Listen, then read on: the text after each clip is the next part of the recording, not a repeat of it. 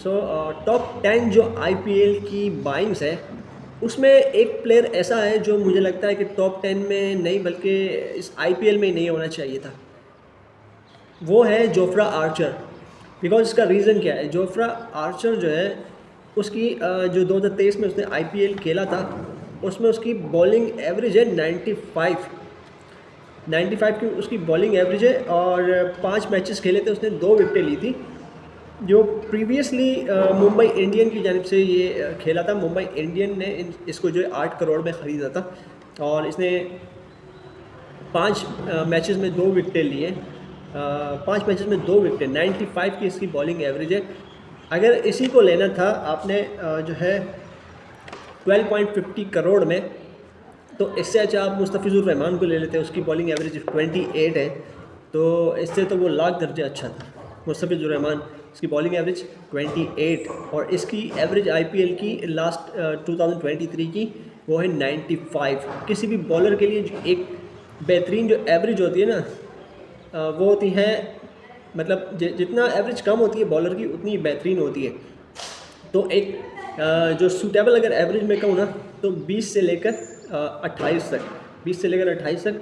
20 से तो कम तो फिर वो तो मतलब बहुत ही शानदार बॉलिंग है, लेकिन 20 और 28 के दरमियान अगर बॉलिंग एवरेज है तो एक्सेप्टेबल होता है। लेकिन इसकी एवरेज 95 है। रिसेंटली जो सीरीज़ हुई थी वेस्ट इंडीज़ से, उसमें इसकी 5 विकेटें तक नहीं है और ये हिसाब जो है वो 12.50 करोड़ का इसको ख़रीद लिया है राजस्थान रॉयल ने। तो जोफ्रा आर्चर जो है ना इसको लिस्ट में नहीं होना चाहिए था, बल्कि आईपीएल में ही नहीं होना चाहिए था।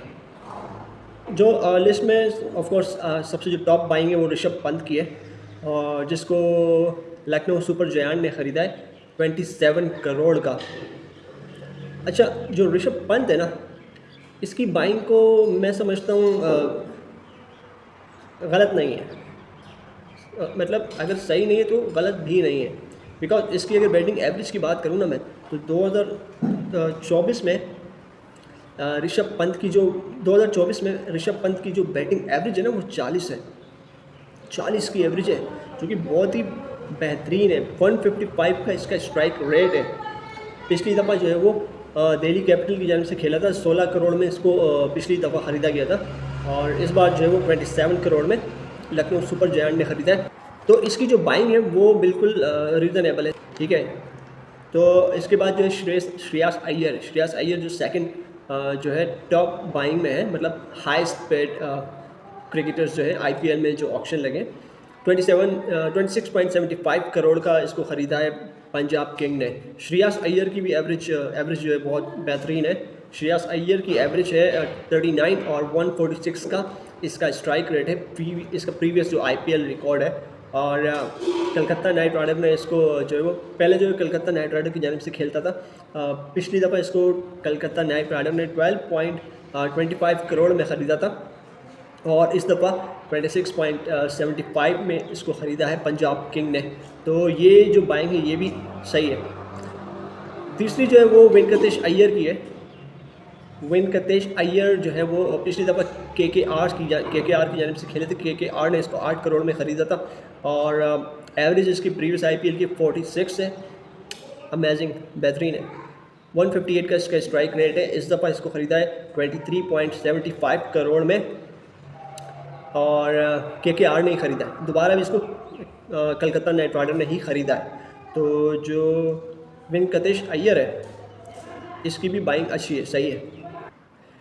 चौथे नंबर पर जो टॉप बाइंग में शामिल है अर्शदीप सिंह, बॉलर है, फास्ट बॉलर है और अर्शदीप सिंह को बाई किया है 18 करोड़ में पंजाब किंग ने।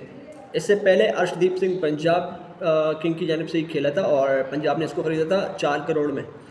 4 करोड़ में इसको प्रीवियसली ख़रीदा गया था। इस दफ़ा इसको ख़रीदा है 18 करोड़ में पंजाब किंग ने ही। अर्शदीप सिंह की अगर एवरेज की बात की जाए, बॉलिंग एवरेज अर्शदीप सिंह की है 26।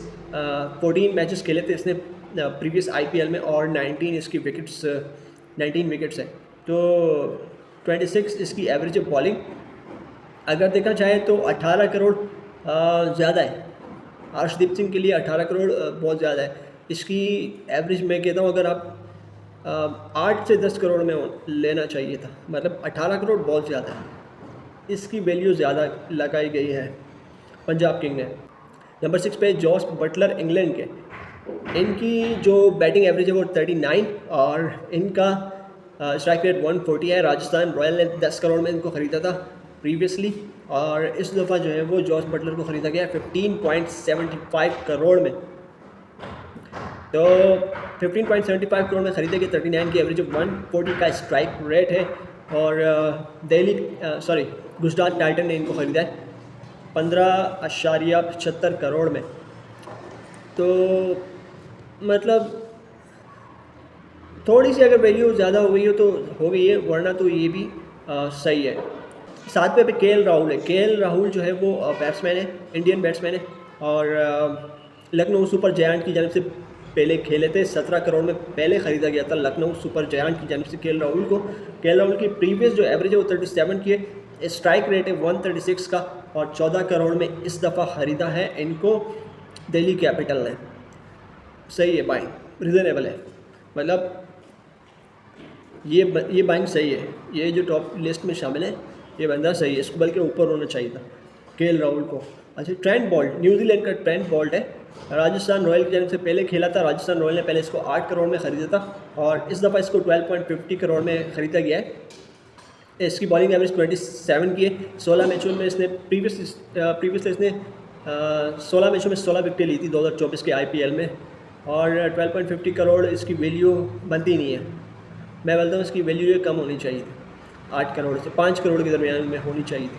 इसकी वैल्यू ज़्यादा लगा दी गई मेरे ख्याल में, सही है ना। इसके अलावा जो है वो जोफ्रा आर्चर को तो मैंने आपको बताया, तो लिस्ट में ही नहीं होना चाहिए। तो जोफ्रा आर्चर तो IPL में ही नहीं होना चाहिए था। इसकी जो परफॉर्मेंस है मैंने आपसे शुरू में डिस्कस की है, इसको तो IPL में ही नहीं होना चाहिए था। अच्छा, जोश हैज़लवुड की अगर परफॉर्मेंस IPL की बात करूँ तो उसकी लिस्ट में जगह नहीं बनती है। 25 की उसकी एवरेज है।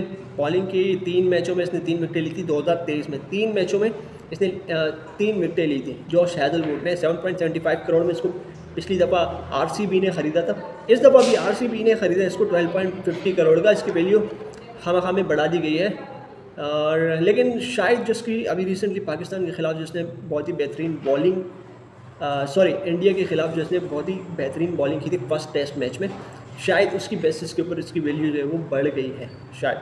लेकिन ऑस्ट्रेलिया के पिचेस डिफरेंट है, इंडिया के पिचेस डिफरेंट है, तो मेरे ख्याल में इसकी वैल्यू शायद बढ़ गई है। इसकी वैल्यू जो है वो अराउंड 7 से 8 करोड़ में होनी चाहिए थी। तो ये कुछ टॉप बाइंग है IPLs की। पहले भी जो है वो पंजाब किंग ने, प्रीति जिंटा ने जो है वो सैम करन को ख़रीदा था 18.50 करोड़ में। इस दफ़ा वो 2.40 करोड़ में बिका है। तो ज़्यादातर जो IPL में बाइंग्स हैं वो कुछ इस तरह बहुत ही हायर होती हैं, फिर नेक्स्ट टाइम बहुत ज़्यादा कम हो जाती हैं। तो ये कुछ आपसे डिस्कस किया है मैंने।